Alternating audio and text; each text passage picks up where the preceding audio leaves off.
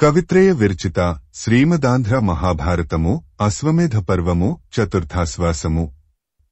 కూతికర్త తిక్కన సోమయాజీ 1275–1260 సంవత్సరముల మధ్య ప్రచురణ తిరుమల తిరుపతి దేవస్థానములు 2013వ సంవత్సరము. వీడియో చేసినవారు కంచి త్యాగరాజులు 2024వ సంవత్సరము. కవిత్రయ విరచిత శ్రీమదాంధ్ర మహాభారతము అశ్వమేధ పర్వము చతుర్థాశ్వాసము. కృష్ణుడు ధర్మజునితో నర్జును సందేశంబు చెప్పుట. వచనము అని ధర్మరాజు అనగా శ్రీకృష్ణుడు అతడితో ద్వారక నుండి వచ్చినవాడు. అర్జునుడు తనతో చెప్పినాడంటూ చెప్పిన మాటలు నీకు తెలిపెదను వినుము. ఆట వెలది. నా మనవిగా ప్రభువునకు విజ్ఞప్తి చేయుము. రాజులందరూ కుతూహలంతో యజ్ఞానికి వస్తున్నారు. వారు పూర్వం ఎటువంటి వారైనప్పటికీ పగ పూనిన వారైనప్పటికీ అని అర్థం. వారిని పూజించటం మన విధి అని చెప్పుము. వచనము విశేషంగా నా కుమారుడు కందము మణిపూర పురమునకు అధిపతి, సకల సద్గుణాలచేత ప్రకాశించేవాడు, గొప్ప మేలు చేసేవాడు, వివేకశాలి, దేనియందును అణువంత కూడా దోషం లేనట్టివాడు అయిన బభ్రువాహనుడు. కందము మీ పాదపద్మాలు దర్శించటానికి రావటమే తనకు ఉత్తమ విధి అని నమ్మి ఎన్నాళ్ల నుండో వేచి ఉన్నాడు. కాబట్టి వస్తాడు. అతడు దయాయుక్తమైన మీ మన్ననకు తగినవాడు అని చెప్పుము.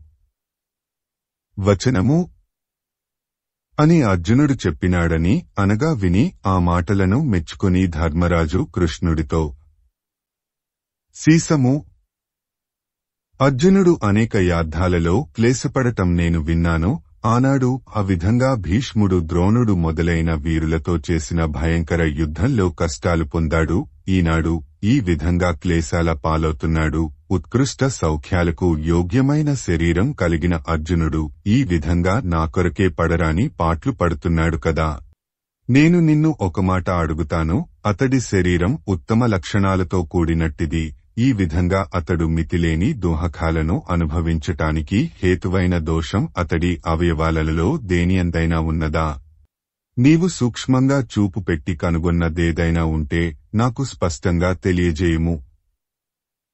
కందము నాకు తెలియజేదగిన దైతే దయతో చెప్పుము అని అనగా శ్రీకృష్ణుడు రాజాగ్రణి నీకు తెలియజేయటం నా విధి. యథార్థం చెప్పుతాను వినుము. తేటగీతి రాజా అర్జునుడి సర్వావయవాలు శుభలక్షణ సంపన్నములే ఉన్నవి. కాని పిక్కలు అతడి ఒడ్డు పొడవులను మించి ఉన్నవి. ఇదొక్కటే లోపం. కందము ఈ లోపం వలన అధిక శుభలక్షణాలతో కూడి ప్రకాశించే శరీరం కలిగిన అర్జునుడికి ఇప్పుడు కష్టాలు కలుగుతున్నవేమో కాని ఇంకా ఏ అరిష్టమూ సంభవించదు. వచనము శ్రీకృష్ణుడు ఆ విధంగా యథార్థం చెప్పగా ధర్మరాజు విని అతడి ముఖం చూచి అది సరే అని అన్నాడు. ఆ సమయాన ద్రౌపది ఆనందమయమైన చూపుతో చూచింది.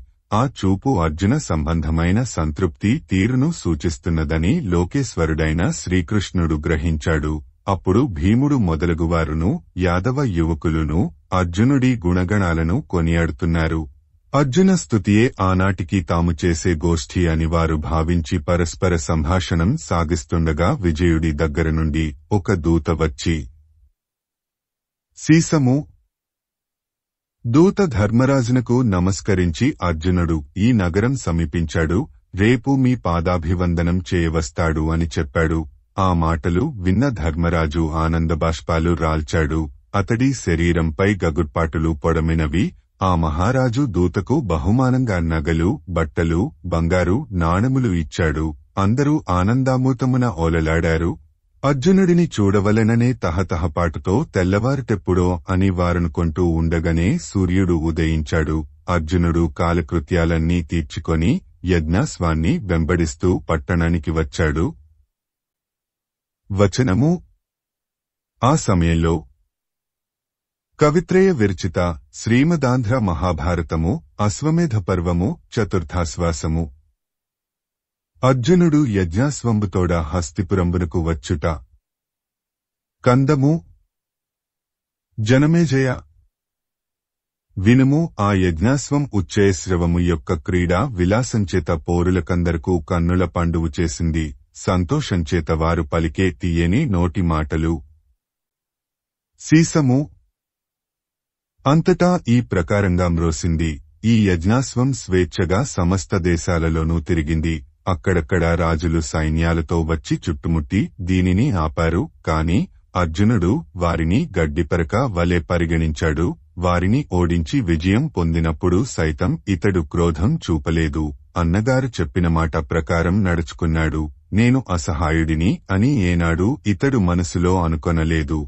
ఈ అర్జునుడు తప్ప ఈ విధంగా మరొకడికి ఒడలు అలవకుండా చెక్కు చెదరకుండా రావటం శక్యమా?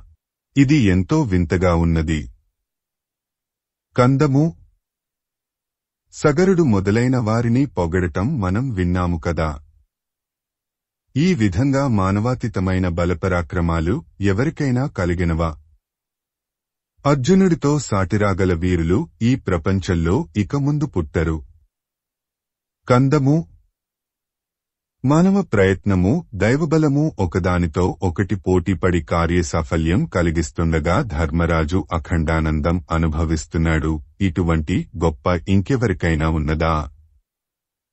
ధర్మరాజు నిత్యము తన ధర్మాన్ని గుర్తించి విధులు నిర్వహిస్తున్నాడని, దైవము ఎల్లప్పుడూ అతడికి తోడ్పడుతూ అతడు చేసే పనులు జయప్రదముల ఏటట్లు చేస్తున్నదని తాత్పర్యం. కందము. పుణ్యాత్మ. ఆ విధంగా మాటలు మ్రోయిచుండగా పౌరసమూహం ఘోషించే సముద్రమో అన్నట్లు ఉప్పొంగింది. ముల్లోకాలలో అటువంటి వైభవాన్ని మనం చూడలేదు, వినలేదు. వచనము. ఇంకను. సీసము. ఇతడే రాజులకు తలవంపులైటట్లుగా యంత్రమత్స్యాన్ని పడగొట్టి ద్రౌపదిని పెళ్లి చేసుకున్నాడు. ససైన్యంగా దేవేంద్రుడిని జయించి ఖాండవదహనం గావించాడు. శివుడితో ద్వంద్వ యుద్ధం చేసి అతడిని మెప్పించి పాశుపతాస్త్రాన్ని సంపాదించాడు. అసహాయుడై భీష్ముడు మొదలైన మహావీరులను, దుర్యోధనుడిని, ధైర్యహీనులను గావించి గోవులను తీసుకొని వచ్చాడు. ప్రతిజ్ఞ చేసి భయంకర సంగ్రామంలో ప్రొద్దుకృంకకముందే సైంధవుడిని సంహరించాడు అంటూ పౌరజన సమూహం ఒత్తిడిగా చుట్టూ గుమగుడి మెడలెత్తి ఆ అర్జునుడిని ఆనందంతో చూచింది. కందము. పౌరజనుల మాటలు వింటున్న అర్జునుడి మనస్సు సంతోషించింది. అతడు నడకల సొగసుతో గుర్రం ముందు నడుస్తుండగా యజ్ఞశాలకు వచ్చాడు. వచనము. అప్పుడు ధర్మరాజు, భీమాదులు, బలరామకృష్ణ ప్రభృతులు అర్జునుడికి ఎదురుగా వెళ్లి అతడిని కలుసుకున్నారు. అతడు వారినందరినీ సమయానికి తగిన సదాచారాలతో సంతోషింపజేశాడు. తరువాత గాంధారిని, కుంతిని చూచాడు. చివరకు అర్జునుడు ఒడ్డు చేరిన ఈతగాడైనాడు. అందరూ తన చుట్టూ చేరి పొగడ్తలతో ముంచి తేలుస్తుండగా అతడు ఒక సుందర స్థానంలో ఉన్నాడు. ఆ సమయంలో సీసము. బభ్రువాహనుడు దొరతనం ప్రకాశిస్తుండగా ఒలుపి చిత్రాంగదలతో కూడి ధర్మరాజు గృహానికి వచ్చాడు. ధర్మరాజు, అతడి తమ్ములు బలరామ, కృష్ణాది యాదవులు ఆనందించారు. అతడి రాక సఫలమయ్యేటట్లుగా అతడిని సన్మానించారు. బభ్రువాహనుడు కూడా అందరికీ కర్తవ్య నిష్ఠతో ప్రీతి కలిగించి గాంధారి, ధృతరాష్ట్రులను దర్శించి నమస్కారాలు చేశాడు. కుంతిని చూచి పాదాభివందనం గావించాడు. ఆమె అతడిని దీవించి కౌగిలించుకొన్నది. వచనము. బభ్రువాహనుడు ధర్మరాజును సేవించి కూర్చున్నాడు. ధర్మరాజు, అతడి తమ్ములు అతడికి నవరత్న ఖచ్చితములైన నగలు, శ్రేష్టమైన వస్త్రాలు ఇచ్చారు. బలరాముడు, కృష్ణుడు మొదలగువారు అతడికి పలు నగలు, తడతడలాడే బట్టలు పెక్కులు పెట్టారు. ఆ సమయాన సీసము. రాజాగ్రణి. ఉలూపి చిత్రాంగదలు మొట్టమొదట గాంధారిని, తరువాత కుంతిని దర్శించారు. కుంతీదేవి వారిని గొప్ప మన్ననతో దీవించి కౌగిలించుకున్నది. రత్నకాంతిమయమైన నగలు పెట్టింది. పిదప ఉలూపి చిత్రాంగదలు ద్రౌపదిని, సుభద్రను సముచిత రీతిగా దర్శించారు. ద్రౌపది, సుభద్రలు వారు దర్శించిన తీరునకు తుల్యంగా వారిని చక్కగా గౌరవించి ఆనందింపజేసి తగిన ఆసనముల మీద కూర్చుండబెట్టారు. వారితో సంభాషించి సంతోషించారు. ఈ విధంగా అశ్వమేధ ప్రారంభం అన్ని నడవళ్ల చేత ఉన్నతము, మనోజ్ఞము అయింది.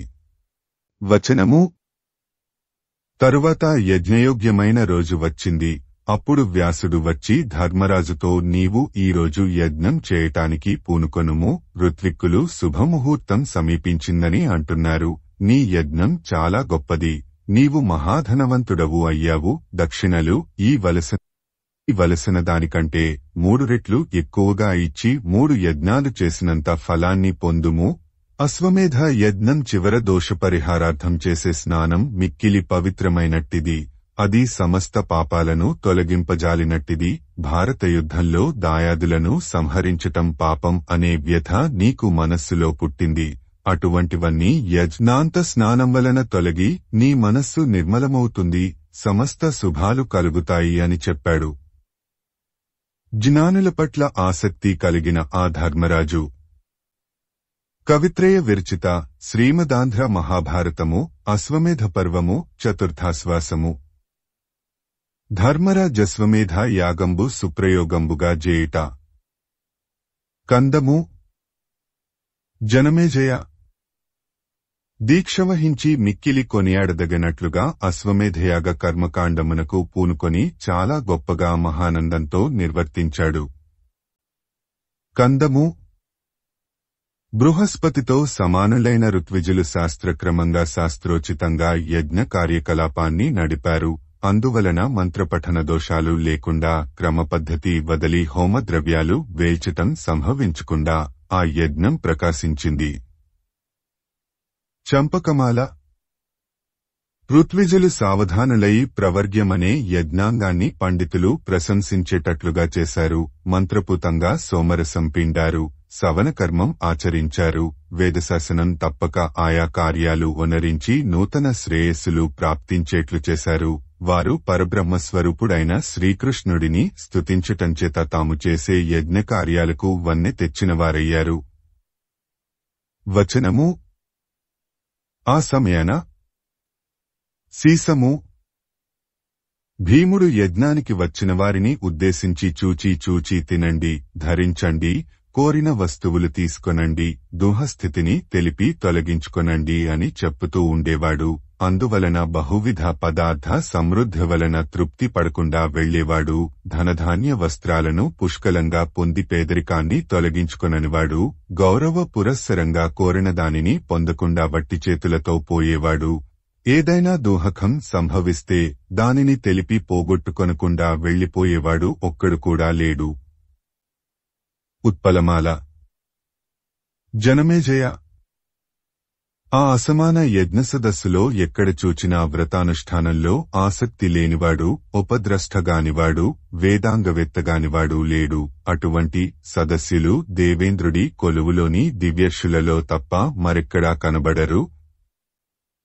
వచనము: ఆ విధంగా కాక సీసము జనమేజయ దేవర్షులు యజ్ఞం చూచే వేడుకతో కలిసికట్టుగా ఆనందదాయకాలైన గానాలు చేశారు. అప్సరసలు అనేక విధాలైన మనోహర నృత్యాలు ప్రదర్శించారు. బ్రహ్మవేత్తలైన బ్రాహ్మణులు అక్షతలు చల్లుతూ పెక్కు దీవెనలు ఇచ్చారు. ప్రాచీన కాలంలో ప్రసిద్ధులైన షోడశ మహారాజులు గావించిన యజ్ఞాలతో ఇది సాటి అవుతుందనటం ఎందుకు? మించిపోతుందిగాని ఏమాత్రమూ వాటికి తక్కువ కాదు అనేటట్లుగా ధర్మరాజు అశ్వమేధం ఒప్పారింది. వచనము: ఋత్విజులు బంగారు ఇటుకలతో యజ్ఞవేదిని నిర్మించారు. దానియందు ఇటుకలు 4 వరుసలుగా పేర్చారు. దాని కొలత 13 మూరలు. అది గ్రద్ద ఆకారాన ఉన్నది.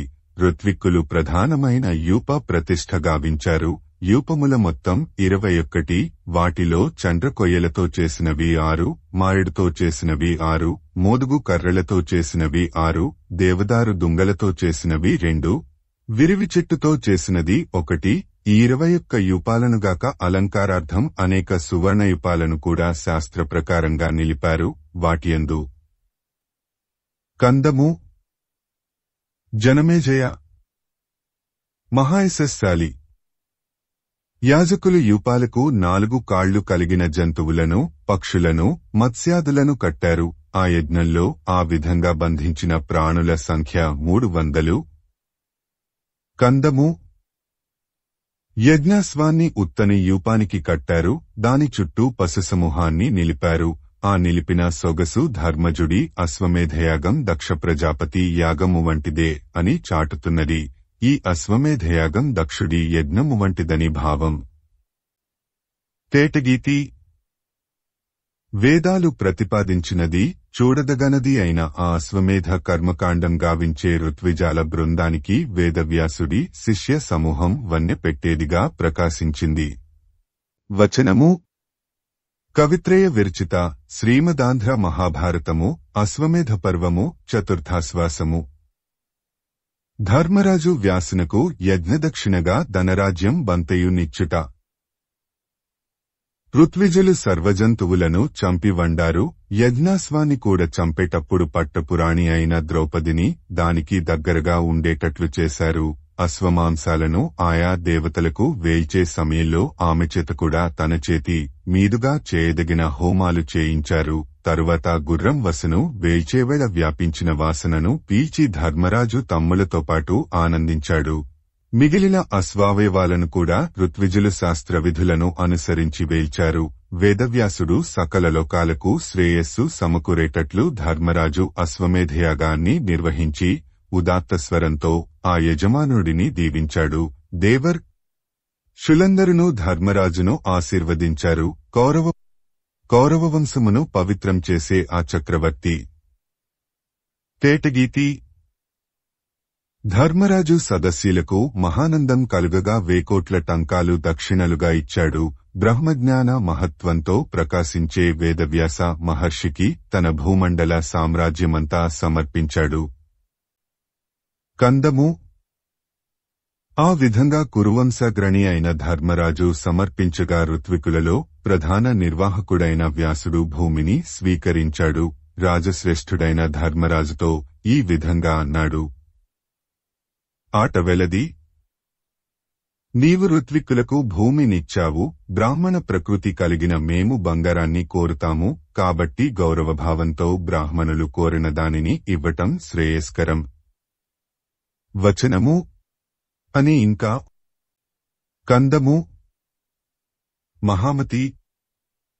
భూమి యొక్క వెలగా మాకు బంగారాన్ని ఇమ్ము అని అనగా పౌరవకులజుడైన ధర్మరాజు రాజులందరూ వింటుండగా వేద సంరక్షకుడైన వ్యాసుడితో ఈ విధంగా అన్నాడు. ఆటవెలది. పెద్దలు అశ్వమేధయాగానికి ధరణి దక్షిణ అని అంటారు. కావున అర్జునుడు జయించిన భూమినెల్లా మహానందంతో ఋత్విక్కుల ఆరాధనమయ్యేటట్లుగా ఇచ్చాను. వచనము. అని ఇంకను. చంపకమాల. పుణ్యవిచార.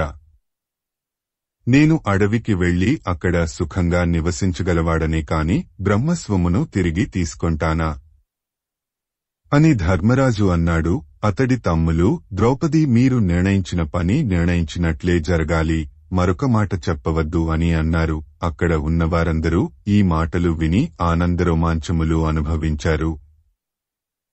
వచనము. ఆ సమయాన. తేటగీతి. ఆ కౌరవశ్రేష్ఠుడిని ఆకాశవాణి ప్రశంసించింది. సమస్త జనులు అతడిని మిక్కిలి పొగడారు. వ్యాసుడు కూడా స్తుతించి బ్రాహ్మణ బృందం వింటుండగా ఆ రాజశ్రేష్ఠుడితో ఈ విధంగా అన్నాడు. కందము. ఓ మానవాధపతి, మేము అమ్ముతాము అన్నప్పుడు నీవు భూమిని ధనమిచ్చి కొనటం సమంజసమైన పద్ధతే అవుతుంది. దీనిలో తప్పు ఏమీ లేదు. ఈ బ్రాహ్మణుల కోరిక నెరవేర్చి సంతోషంగా పంపుము. కందము. అని వేదవ్యాసుడు పలుకగా కృష్ణుడు రాజా, నీవు ఈ మహర్షి ఆజ్ఞాపించిన పని చేయుము అని అన్నాడు. ఆ మాటకు ఒప్పుకొని ధర్మరాజు తమ్ములతో అట్లే చేయుదుముగాక అని సంతోషంతో. తేటగీతి. కోటికోట్లు టంకాలు కుప్పపోసి ఇదే భూమి వెల అని చెప్పి ఆ మహర్షి నాయకుడికి సమర్పించాడు. వేదవ్యాసుడు ఆ అసమాన ధనరాశిని ఋత్విజుల బృందానికి పంచిపెట్టాడు. వచనము ఇంకను తేటగీతి ధర్మరాజు బంగారంతో చేసిన యజ్ఞశాల భాగాలు, యజ్ఞవేది, యూపాలు, బహిర్ద్వారాలు, వివిధ పాత్రలు, దండములు, సజ్జలు, పీటలు హృదయానందం కలుగగా బ్రాహ్మణ బృందాలకు సమర్పించాడు. తేటగీతి ధర్మరాజు ఆ విధంగా బ్రాహ్మణులకు సమర్పించిన తరువాతనే క్షత్రియులకు, వైశ్యులకు, శూద్రులకు, ఇతర జాతుల వారికి, విదేశీయులకు కోకొల్లలుగా అపరధనాన్ని ఇచ్చాడు. కందము సమస్త జనులు ఈ విధంగా సువర్ణధనంచేత మిక్కిలి సంతృప్తి చెందారు. వారు ఆనందంతో పొంగుతూ ధర్మరాజును ప్రశంసిస్తూ తమ తమ నివాసాలకు వెళ్లారు. కందము జనమేజయ మరుత్తుడితో సమానుడైన ఆ ధర్మరాజు చేసిన సర్వోత్తమ దానం మరొకచోట ఏనాడు చూచినది కాదు, విన్నది కాదు, చూడబోము, వినబోము అని అర్థం. కందము పుణ్యాత్మ వేదవ్యాసుడు తన భాగమైన బంగారాన్ని కుంతీదేవికి ఇచ్చాడు. ఆ సాధ్వి దాని నెల్ల ధర్మకార్యాలకు ఉపయోగించింది. తేటగీతి ధర్మరాజు చుట్టాలతో రాజులతో కూడి యజ్ఞాంత స్నానం చేశాడు. దీనివలన అతడి శరీరం పవిత్రమైంది. మనస్సునందలి సర్వదోషాలు వదిలిపోయాయి. అతడు చివరకు మహాపుణ్యంతో ప్రకాశించేవాడయ్యాడు. వచనము ఆ విధంగా ప్రకాశించి ధర్మరాజు వ్యాసుడి పాదాలు తన నొసటిని తాకేటట్లుగా సాష్టాంగ నమస్కారం చేసి ఆ కులపతిని అనేక విధాలుగా ప్రస్తుతించాడు. తరువాత ఆ మహర్షి శిష్యులతో పాటు అదృశ్యుడయ్యాడు. కవిత్రయ విరచిత శ్రీమదాంధ్ర మహాభారతము అశ్వమేధ పర్వము చతుర్థాశ్వాసము. ధర్మజుడు యజ్ఞంబునకు వచ్చిన రాజుల నెల్ల సత్కరించి పంపుట.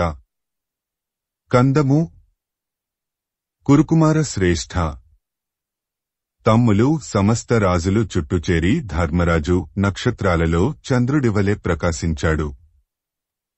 తేటగీతి ధర్మరాజు కుబేరుడివలె అతిశయిస్తూ యజ్ఞం చూడవచ్చిన రాజులకందరకు మణులు పొదిగిన నగలు, ఏనుగులు, గుర్రాలు, వేశ్యా బృందమును అత్యధికంగా ఇచ్చాడు.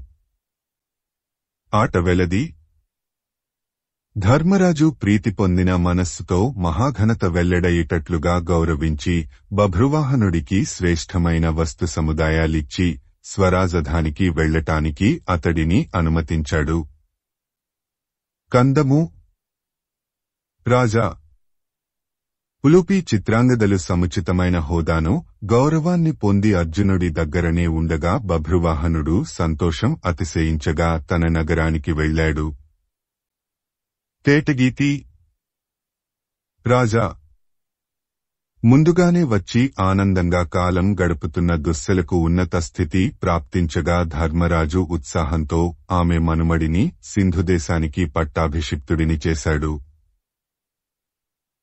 కందము పాండురాజు పెద్ద కొడుకైన ధర్మరాజు పరిపూర్ణ ప్రేమతో వారి వారి దేశాలలో ఎవరికి దక్కవలసిన రాజ్యాలను వారికి విభజించి ఇచ్చి రాజులనందరినీ సింహాసనాల మీద నిలిపాడు. ధర్మరాజు రాజులనందరినీ జయించినవాడు అయినప్పటికీ ఎవరి రాజ్యాలను వారికి తిరిగి ఇచ్చాడు. ఇది అతడి ఔదార్యానికి తార్కాణం.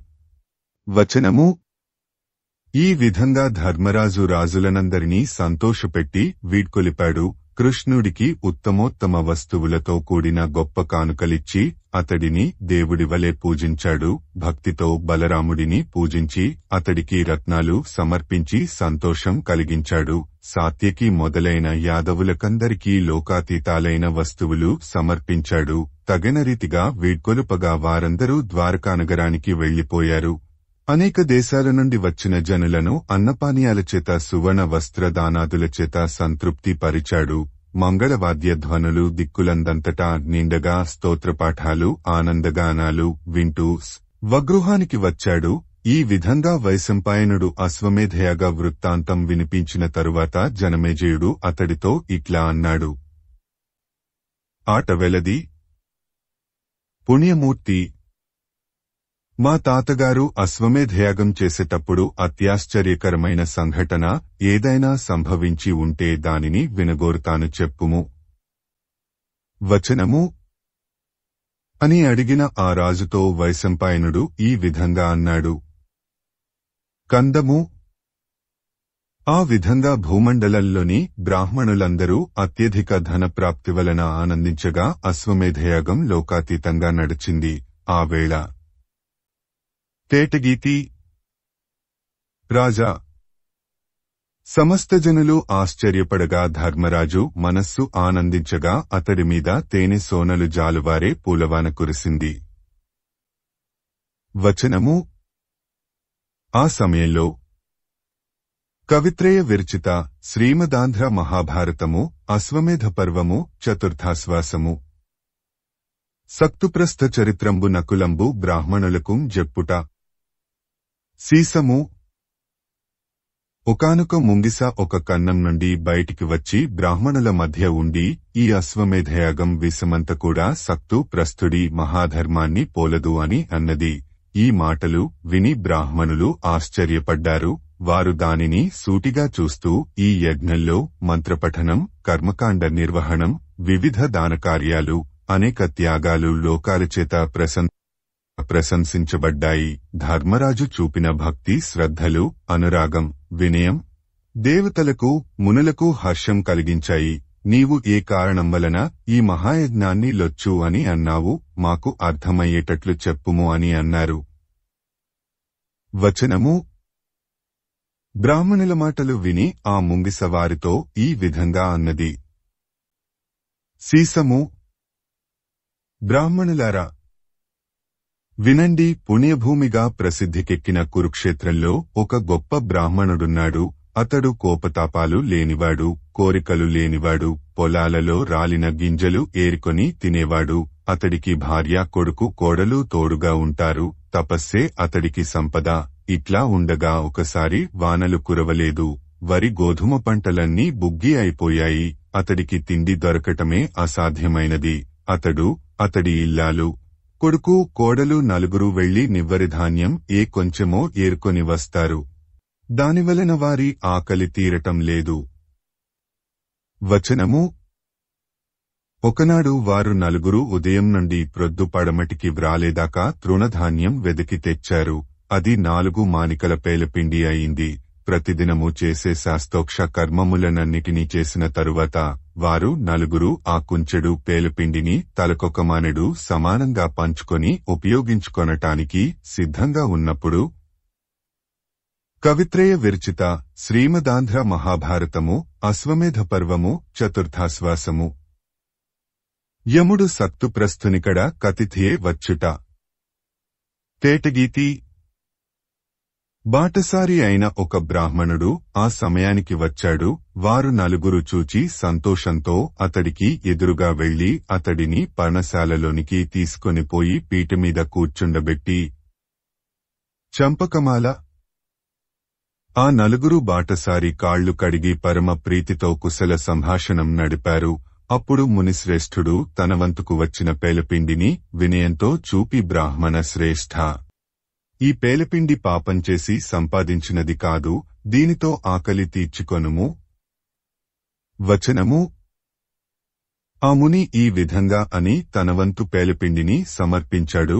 ఆ బ్రాహ్మణుడు ఆ పిండిని తిన్నాడు. కాని అతడికి తృప్తి కలుగలేదు. దీనిని గమనించి ఆ ముని దేనివలన ఇతడు సంతృప్తుడవుతాడు, ఏ విధంగా ఇతడికి తృప్తి కలిగించాలి అని దిక్కుతోచని స్థితి వలన మనస్సులో ఆందోళన పడ్డాడు. అప్పుడు అతడి భార్య అతడి మనస్సులోని అభిప్రాయం తెలుసుకొని, కందము నా వంతు పేలపిండి సమర్పిస్తాను, మీరీ బ్రాహ్మణుడిని తృప్తిపరచండి అని అన్నది. అప్పుడు ఆ ముని తన భార్య ఆయాసము, ఆకలిచిచ్చును కనులారా చూస్తూ వచనము ఈ విధంగా అన్నాడు. కందము ఉత్తమాంగన, నోరులేని జంతువులు, పక్షులు వెదికి తెచ్చిన తిండి ప్రేమతో తమ భార్యలకు పెట్టుతున్నాయి. అటువంటప్పుడు నీవు భుజించదగిన పదార్థాన్ని నేను తీసుకొనటం తగునా? కందము తన భార్య సంతోషించే తీరు కోరని నీచుడు ఈ లోకంలో అప్రతిష్ఠ పాలవుతాడు, నరకలోకంలో యమభటులు హింసిస్తుంటే బాధపడతాడు. వచనము. ఆ మాటలు విని మునిపత్ని అతడి ముఖాన్ని సూటిగా చూచి, తేటగీతి. స్త్రీకి చుట్టమైన, తోడైన, మిత్రుడైన, తల్లి అయినా, తండ్రి అయినా, గురువు అయినా, దేవుడైనా భర్తయే కాబట్టి ఆమెకు మగని పని చేయటం ధర్మం. వచనము. అదియునుగాక. కందము. సద్గుణ సంపన్న. నీవు ఆకలితో మలమలమాడుతుండగా నాకు భాగమేమిటి? భాగాన్ని తీసుకొనటం పాపం కదా. ఈ విధంగా నేను తిండి తింటానా? నావంతు పేలపిండిని ధర్మప్రకారం మచ్చలేని మనస్సు కలిగిన ఆ బ్రాహ్మణుడికి అర్పించుము. చంపకమాల అని మునిపత్ని తనవంతు పేలపిండి ఇచ్చింది. అప్పుడు ముని ఆ బ్రాహ్మణుడిని చూచి, మీ ఆకలి తీరనట్లున్నది, దీనిని కూడా స్వీకరించండి అని అన్నాడు. ఆ అతిథి దానిని తిని కూడా తృప్తిని పొందలేదు. మునినాథుడు అతడి మనస్సును గ్రహించి మరలా విచారం పొందగా. వచనము. ఆ మునీశ్వరుడి కుమారుడు తండ్రి శోచనీయ స్థితిని గ్రహించి, సీసము. మునికుమారుడు తన పేలపిండిని తండ్రికి చూపి, పుణ్యపురుష, ఈ పిండిచేత అతిథిని తృప్తిపరచుము, తండ్రి చేయదలచిన పనిని చేయటం కుమారుడి ధర్మం అని అన్నాడు. అప్పుడు ముని కొడుకుతో, కుమారుడు ఎంత పెద్దవాడైనా అతడు తండ్రికి బాలుడుగానే కనబడతాడు. బాలురకు ఆకలి ఎక్కువచనము, కావున నీ పేలపిండి తీసుకొనటం తగని పని అని పలికాడు. అప్పుడు మునికుమారుడు, తండ్రియే కుమారుడు అని వేదం చెప్పుతున్నది కదా. ఆలోచించగా నన్ను కాపాడటం నిన్ను కాపాడుకొనటమే దయాంతరంగా. ఈ పిండి ఈ మహాత్ముడికి ఇచ్చి నన్ను కాపాడుము. వచనము. ఈ విధంగా అనిన కొడుకు మాటలకు ఆ మహాత్ముడు సంతోషించి అతడి పేలపిండిని అతిథికి సమర్పించాడు. అతిథి దానిని తిన్నాడు కాని అతడి ఆకలి తీరలేదు. ఇది చూచి మునీశ్వరుడు హృదయతాపం పొందాడు. ఆ తాపాన్ని సూచించే అతడి ముఖాకృతిని కోడలు చూచింది. ఆమె తన వంతు పిండిని మామగారి ముందు పెట్టి, సీసము. దీనిని కూడా అతిథికి సమర్పించుడు అని కోడలు అన్నది. ఆ మాటలు విని ఋషీశ్వరుడు, అయ్యో, ఆకలిచేత నీ అవయవాలు సత్తువలేక సడలిపోయాయి, నీ మనస్సు వ్యాకులత చెందింది. ఈ పేలపిండిని తీసుకొని నీవు అలసి సొలసి ఉండగా నేను ఏ విధంగా చూడగలను అని అన్నాడు. అప్పుడు కోడలు, మీరు నా గురువునకే గురువులు, ప్రాణాలుగాని అవయవాలుగాని మహాత్ముల సేవకే అంకితాలు కదా. ఈ పేలపిండి ఇవ్వటం నా విధి. మీరు దయతో నేను పెద్దలను అనుసరించే స్వభావం కలదానని నిరూపించుడు అని పలికింది. ఆ మునిపతి ఆ మాటలకు ఒప్పుకొని కోడలివంతుకు వచ్చిన పేలపిండిని ప్రీతితో అతిథికి సమర్పించాడు. ఉత్పలమాల. మునిపతి సమర్పించగా అతిథి సంతోషంతో పేలపిండిని తీసుకొని వేడుకతో తిన్నాడు. అతడి శరీరమునందు తృప్తి, ముఖంలో మెప్పు కనబడ్డాయి. అతడు మునీశ్వరుడితో, సద్గుణ శ్రేష్ఠ, నిన్ను చూడటానికి వచ్చాను. నేను యముడిని, నీ సదాచార ప్రకృతిని చూచి మెచ్చుకొన్నాను అని హృదయపూర్వకంగా అన్నాడు. కందము. భక్తి, వినయము, శ్రద్ధ, ఓర్పుతో కూడిన మర్యాద, దయ, అతిథులయందలి ప్రేమ నీ యందే నిలుకడగా ఉన్నవి. కందము. దేవతలు, యక్షులు, సిద్ధులు నీ దానం చూచి ఆశ్చర్యపడి ఆకాశంలో గుంపులు గట్టి మహానురాగంతో నిన్ను వర్ణిస్తున్నారు. ఇదిగో చూడుము. కందము అని యముడు చూపేటప్పుడు దేవేంద్రుడు పూలజడివాన కురిపించాడు. లయబద్ధంగా మనోహరంగా దేవదుందుభులు మ్రోగాయి. వచనము. ఆ సమయంలో ఆ అతిథి మరల ఇట్లా అన్నాడు. కవిత్రయ విరచిత శ్రీమదాంధ్ర మహాభారతము అశ్వమేధ పర్వము చతుర్థాశ్వాసము. యముడు సక్తుప్రస్థుని బ్రహ్మలోకంబునకు నియోగించుట. కందము. సజ్జన స్తుత్య. సప్తర్షుల మనస్సులు నిన్ను చూడాలని ఉవ్విళ్ళూరుతున్నాయి. నీవు నీ భార్యతో, కొడుకుతో, కోడలితో కూడి స్వర్గానికి రమ్ము. తేటగీతి. పుణ్యాత్మ. ఆకలి బుద్ధిని తేజస్సును మట్టుపెట్టుతుంది. ఆశ దయను నాశం చేస్తుంది. ఈ లోకతత్వం తెలిసి భార్య అని బిడ్డలని చూడకుండా ఆకలిని ఆశను జయించావు. ఈ విధంగా అతిథి పూజ చేసిన పుణ్యంచేత. కందము. మహానియమశీల. నీ అందలి అనుగ్రహంతో బ్రహ్మ నీవు కుటుంబంతో కూడా తన సభకు రావాలని నిర్ణయించాడు. ఆ సృష్టికర్త పరమానందంతో నీ కొరకు తొందరలోనే విమానం పంపుతాడు. చంపకమాల. వివేకనిధి.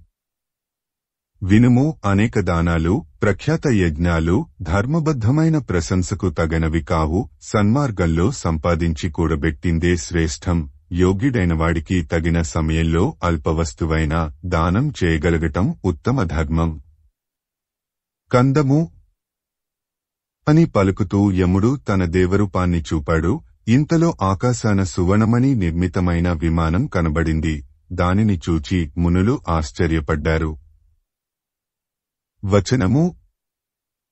అప్పుడు సక్తుప్రస్థుడు, అతడి భార్య, కొడుకు, కోడలు యముడికి సాష్టాంగ నమస్కారం చేసి నిలబడగా. తేటగీతి. యముడు సక్తుప్రస్థుడితో ధర్మపరాయణ. బ్రహ్మ పంపిన విమానాన్ని చూచావా అని అంటూ ఉండగానే విమానం భూమి మీదకు దిగింది. ఆనందంతో యముడు సక్తుప్రస్థుడితో ఈ విధంగా అన్నాడు. కందము. సద్గుణాతిశయ. నీవు నీ భార్య, కొడుకు, కోడలు వేడుకతో హాయిగా ఈ విమానం ఎక్కండి. ప్రశస్తగతితో బ్రహ్మసభకు వెళ్ళాలి. కందము అని అనగా సక్తుప్రస్థుడు తనవారితో పాటు విమానం ఎక్కి యముడు సాగనంపగా వెళ్లిపోయాడు. జరిగిన దానినంతా నేను చూస్తున్నాను. కన్నం నుండి వెలుపలికి రాగా నా శరీరం మీద. వచనము. కవిత్రయ విరచిత శ్రీమదాంధ్ర మహాభారతము అశ్వమేధ పర్వము చతుర్థాశ్వాసము. సక్తుప్రస్థుడు సకుటుంబముగా బ్రహ్మలోకంబునకు బోవుట. వచనము. ఆ పేలపిండి సువాసన వ్యాపించి అతిథి కాళ్లు కడిగిన నీటి తడి అంటుకొని సక్తుప్రస్థుడు చేసిన ధర్మము మహిమ వలన నా తల శరీరం ఒకవైపు బంగారం అయినవి. ఆనాటి నుండి నేను దానకార్యాలు జరిగే చోట్లకు, పవిత్రములైన మున్యాశ్రమాలకు, వివిధ యజ్ఞాలు చేసే ప్రదేశాలకు వెళ్లుతూ ఉన్నాను. రెండోవైపు బంగారం అవుతుందేమో అనే అభిప్రాయంతో ఎన్నో చోట్లకు వెళ్లినప్పటికీ కానే కాలేదు. లోకంలో శ్రేష్టమైన నడవడిగల ధర్మరాజు అశ్వమేధయాగం చేస్తున్నాడు. అక్కడ నా కోరిక నెరవేరుతుందేమో అనే ఆశతో ఇక్కడకు వచ్చాను. కాని నాకేమీ విశేషం కనబడలేదు. అందుచేత పొలాలు మొదలైన చోట్ల రాలిన గింజలను ఏర్కొని తిని బ్రతుకుతున్న ఆ బ్రాహ్మణుడి ధర్మంతో ఈ యజ్ఞం సాటికాదు అని అన్నాను. ఈ విధంగా పలికి ఆ ముంగిస తాను ఎక్కడకు వెళ్లేది ఎవ్వరికీ తెలియకుండా వెళ్లిపోయింది. పాండురాజ కులపావన. ఆ యజ్ఞంలో సంభవించిన ఆశ్చర్యకరమైన విషయం నీకు తెలియజేశాను అని వైశంపాయనుడు అనగా విని జనమేజయుడు. సీసము. పుణ్యాత్మ. రాజులు యుద్ధంలో ప్రీతిగలవారు, మునులు తపస్సునందు ఆసక్తి కలవారు, బ్రాహ్మణులు అంతరింద్రియ నిగ్రహంలో శ్రద్ధ కలవారు. అందువలననే కదా పూర్వకాలంలో రాజులు అనేకులు యాగాలు చేసి అనుపమ కీర్తులను, ఉత్తమలోకాలను పొందారు. ధర్మరాజు సత్యం వలన, అంతరంగ శుద్ధి వలన, భక్తి శ్రద్ధ వలన, దానక్రియల వలన పూర్వరాజుల కంటే అధికుడయ్యాడు. వేదవ్యాసాది కర్మనిష్ఠులు సంతోషించగా అందరూ మెచ్చుకొనేటట్లుగా దేవేంద్రుడు యాగాలు చేసిన రీతిగా అశ్వమేధం చేశాడు. వచనము. ఆ ఉత్తమ ధర్మాన్ని ముంగిస ఆక్షేపించటానికి కారణమేమి అని జనమేజయుడు అడిగాడు. వైశంపాయనుడు ఆ రాజుతో ధర్మనందనుని, ఆ యజ్ఞం నీవు వర్ణించినటువంటిదే. కాని ఒక మాట చెప్పుతాను, సావధానంగా వినుము. ఆ ముంగిస పశుహింసారూపమైన యజ్ఞం కంటే అహింసారూపమైన యజ్ఞం గొప్పదని చెప్పింది. అది కారణం వివరించకుండా చెప్పలేదు. తన తల శరీరంలోని సగభాగము బంగారం కావటానికి కారణం చెప్పింది కాబట్టి దాని మాటలు త్రోసివేదగనవి కావు. దీనికి సంబంధించిన ఒక కథ ఉన్నది వినుము అని ఈ విధంగా చెప్పాడు. సీసము. కురువంశగ్రణి. పూర్వం దేవేంద్రుడు యజ్ఞం చేయటానికి పూనుకొన్నాడు. అప్పుడు మునులు దేవతలు కూడి ముందు ఋత్విక్కులను నియమించారు. సుందరమైన యజ్ఞవేదిని నిర్మించారు. శాస్త్రోక్తంగా హోమం చేయటానికి తగనవారు వెళ్లి జంతువులను కొని తెచ్చారు. వాటిని చూచి మునుల మనస్సులు కరగెనవి. వారు ఇంద్రుడి ముఖాన్ని సూటిగా చూచి, అయ్యో పుణ్యాత్మ, హింస ధర్మం కాదు, కృతయుగం ప్రవేశించింది. కావున ఇప్పుడు 3 ఏళ్లు నిలువ ఉన్న విత్తనాలే యజ్ఞద్రవ్యాలు. కందము. మహాత్మా, వేదోక్త ప్రకారంగా ప్రేమతో హోమం చేయుము. అది నీకు ధర్మాభివృద్ధిని చేకూరుస్తుంది. కరుణా కటాక్ష వీక్షణాలతో జంతువుల దుహకాన్ని చూడుము. ఆటవెలది. ఇంద్రుడు మునిపతుల మాటలు లెక్క చేయలేదు. దానివలన వారికి ఇంద్రుడికి వివాదం కలిగింది. దేవతలు ఇంద్రుడి కొమ్ము కాచారు. అందువలన వివాదం ఇంకా ఎక్కువ అయింది. వచనము. ఆ సమయాన వేదంలో యజ్ఞ సంబంధమైన భాగం తెలిసిన అపరిచర వసువు అక్కడకు వచ్చాడు. అప్పుడు ఆ 2 పక్షాలవారు ఆ రాజును నిర్ణయించుమని కోరారు. అతడు దేవతా పక్షమునందలి అభిమానం చేత జంతువధ చేయదగనదే అని చెప్పాడు. అందువలన అతడికి అధోగతి కలిగింది. కాబట్టి హింస లేని యజ్ఞం మన్నించదగింది. ఇందులో అనుమానించవలసినదేమీ లేదు. అంతేకాకుండా ఆటవెలది. ఉంచవృత్తి అయిన బ్రాహ్మణోత్తముడు ప్రాణరక్షణార్థం సమకూర్చుకొని తాను తనవారు తినటానికి సిద్ధంగా ఉన్న ఆ పేలపిండిని అతిథికి సమర్పించాడు. ఇది పొగడదగదా? పొగడదగనదే అని అర్థం. వచనము. వైశంపాయనుడు చెప్పిన మాటలు విని జనమేజయుడు మునీంద్ర, సక్తుప్రస్థుడి త్యాగం కొనియాడదగనదే. మీ మాటలకు ఒప్పుకొంటాను. ధర్మ మార్గంచేత ప్రాప్తించిన పదార్థం శుభకరం కదా. ఆ వస్తువు దానానికి ప్రశస్తం కావటం ఇంకా విస్పష్టంగా వివరించుము అని అన్నాడు. ఆ తరువాత వైశంపాయనుడు జనమేజయుడితో ఈ విధంగా అన్నాడు. కవిత్రయ విరచిత శ్రీమదాంధ్ర మహాభారతము అశ్వమేధ పర్వము చతుర్థాశ్వాసము. అగస్త్య మహాముని 12వ వార్షిక యజ్ఞ ప్రభావము. సీసము. రాజా, ఈ విషయంలో లోకంలో ప్రసిద్ధికెక్కిన ఒక కథ నీకు చెప్పుతాను వినుము. అగస్త్యుడు నియమనిష్టలతో 12 ఏళ్లు ఒక గొప్ప యజ్ఞం చేయటానికి నిశ్చయించాడు. దివ్య మహిమ గల మహర్షులు ఆ యజ్ఞానికి ఋత్విజులే సమర్థంగా అన్ని ఏర్పాట్లు చేశారు. కాని అప్పుడు ఇంద్రుడు వర్షాలు కురిపించలేదు. వరి మొదలైనవన్నీ చెడిపోయాయి. ఆ దుస్థితిని చూచి ఆ మహర్షులు శాస్త్రోక్తంగా అన్నదానాన్ని అగస్త్యుడు ఎట్లా చేస్తాడో. వచనము. ఈ మహాత్ముడు 12 ఏళ్ల యజ్ఞదీక్ష వహించాడు. ధర్మమార్గంచేత ప్రాప్తించిన పదార్థాన్ని తప్ప మరొక దానిని ఉపయోగించడు. వానలు పడటం లేదు అని విచారించారు. వారు తమలో తాము అనుకునే మాటలు శక్తిశాలి అయిన అగస్త్యుడు విని వారితో ఈ విధంగా అన్నాడు. ఉత్పలమాల. అప్రతిహత తపఃపరులారా, దేవేంద్రుడు ధర్మబుద్ధి అయి యజ్ఞానికి విఘ్నం కలుగకుండా మేఘాలను పంపి నెలకు 3 వానలు నిండుగా కురిపిస్తాడా? సరేసరి, లేదా నేనే ఆ దేవేంద్రత్వాన్ని స్వీకరించి లోకాన్ని కాపాడుతాను. మీరు నా విషయంలో నిర్విచారంగా ఉండండి. కందము. ఆ విధంగా కాకపోతే 3 లోకాలలో యజ్ఞద్రవ్యాలు కోటాన కోట్లు ఉన్నవి కదా. వాటిని ఉన్నవి ఉన్నట్లే మీ కాళ్ల దగ్గర సునాయాసంగా తెచ్చి పడవేస్తాను. తేటగీతి. పుణ్యాత్ములారా, అంత పెద్ద పని చేయాలా అని మీరు అన్నట్లయితే ఉత్తర కురుభూములలో పంటలు చక్కగా పండాయి. యాగకాలంలో అన్న ప్రదానం చేయటానికి కావలసిన ధాన్యాలు తలచిన వెంటనే ఇక్కడకు చేరుతాయి. వచనము. అని చెప్పి ఇంకా ఇట్లా అన్నాడు. కందము. ఆ బాధ ఎందుకు? నేను సంతోషంగా మంచి విత్తనాలతో యజ్ఞం చేస్తే లోకం అనావృష్టిచే చెడుతుందా? యజ్ఞానికి ఆటంకం కలుగుతుందా? విచారించనేలా. సీసము. అగస్త్యుడు ఈ విధంగా అనగా విని మునులు లోకనందనీయ, నీవు ధర్మబద్ధంగా ప్రాప్తించిన వస్తువులు ఇచ్చేవాడవు. ఇంద్రుడి మీద కోపంచేత నీ నిష్కళంకమైన తపస్సు వ్యయం కావటం దేనికి? లోకాలన్నిటిలో ఉన్న ధనం తీసుకొనటం ఎందుకు? ఉత్తర కురుభూములలోని ధాన్యాలెందుకు? మంచి విత్తనాలతో ఫలం కోరి యజ్ఞం చేయటం ఎందుకు? మా కొరకు నీ మనస్సు ఇన్ని దారులు తొక్కింది. ఈ యజ్ఞాన్ని అనుకొన్నట్లు చేసి సుఖంగా ఉండుము. మేము చేసిన పుణ్యాల వలన మాకు కావలసిన ఆహార పదార్థాలను మేము తెచ్చుకొంటాము.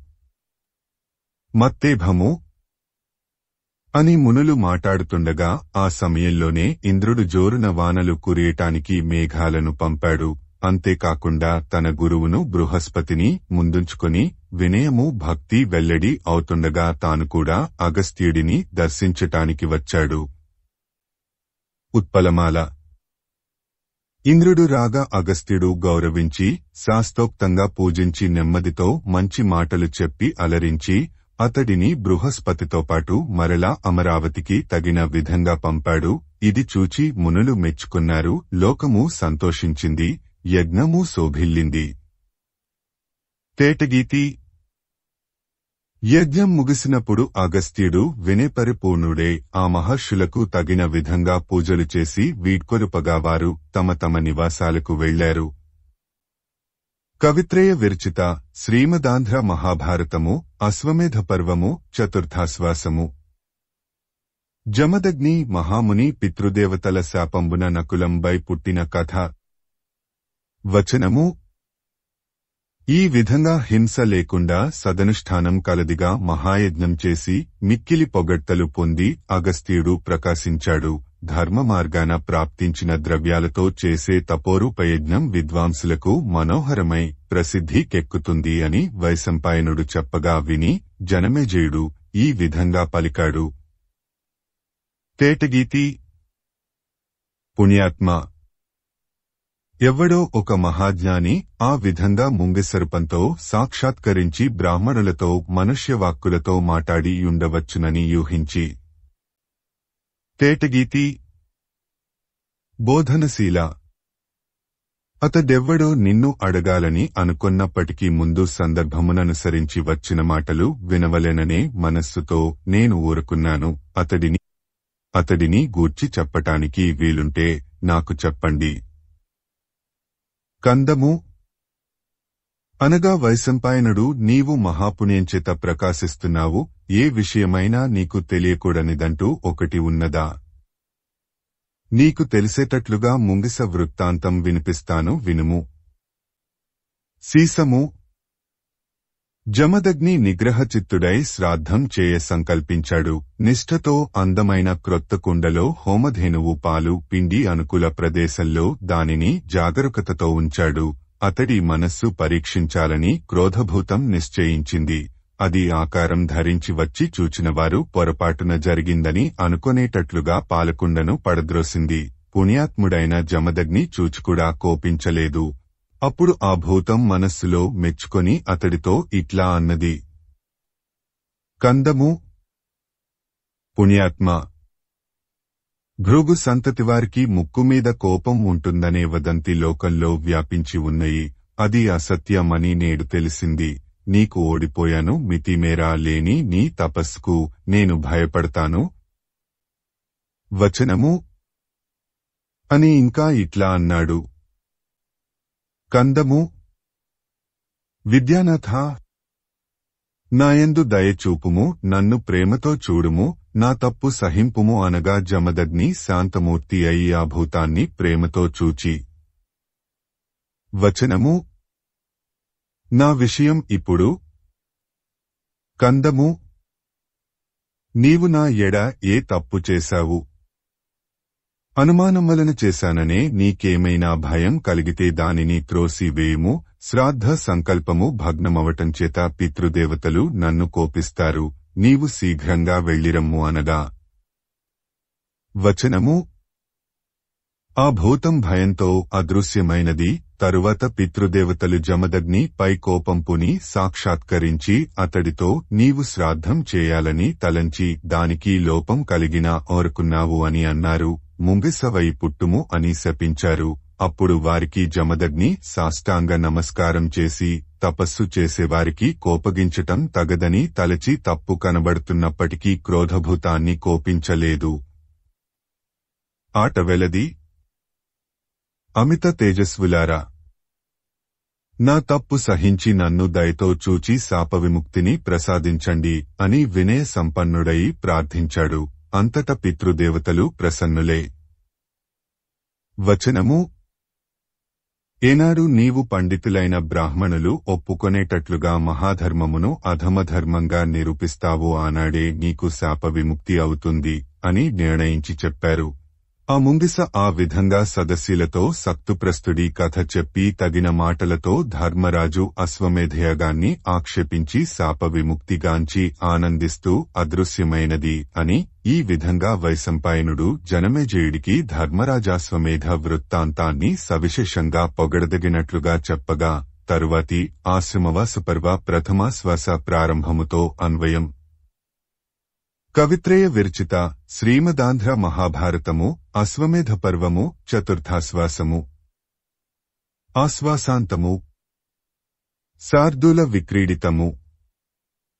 భక్తి ప్రకాశంచేత వికసించిన మునీశ్వరుల చిత్త పద్మాల జ్ఞాన పరిమళంచేత కూడిన తేజోమయ శరీర రూపంచేత వెలిగేవాడా. రాగద్వేషాదుల నుండి విముక్తిగాంచిన ఏకాగ్రచిత్తులతో ఏకమై ఆనందించేవాడా. చిన్ముద్రేందు ఎల్లప్పుడూ జాగరూకుడవై యుండేవాడా. స్వేచ్ఛావిహారం చేసే బుద్ధికి దూరంగా ఉండేవాడా. ఉత్తమమైన సంస్కార విశేషంచేత గోచరించేవాడా. కందము. జరామృత్యువులు అంటని మోక్షమును ప్రసాదించే పాదారాధనం కలవాడా. సంసార సాగరమును తరించిన వారే వందిమాగధులుగా కలవాడా. వేదాలు కర్తవ్యాలుగా విధించే యజ్ఞాల స్వరూపమైనవాడా. సుషుమ్న అనే నాడియే చల్లని వీవనగా కలవాడా. మాలిని. షట్కమల వీధిలో సంచరించే విలాసం కలవాడా. ప్రాణాయామంచేత ప్రాప్తించే సుస్థిర జీవాత్మ సాంగత్యం కలవాడా. అద్భుతంగా వికసించిన సహస్రారకమలం నుండి స్రవించే అమృతధారయే స్వరూపంగా కలవాడా. యోగాదులు నిరూపించిన ఆనందమార్గం కలవాడా.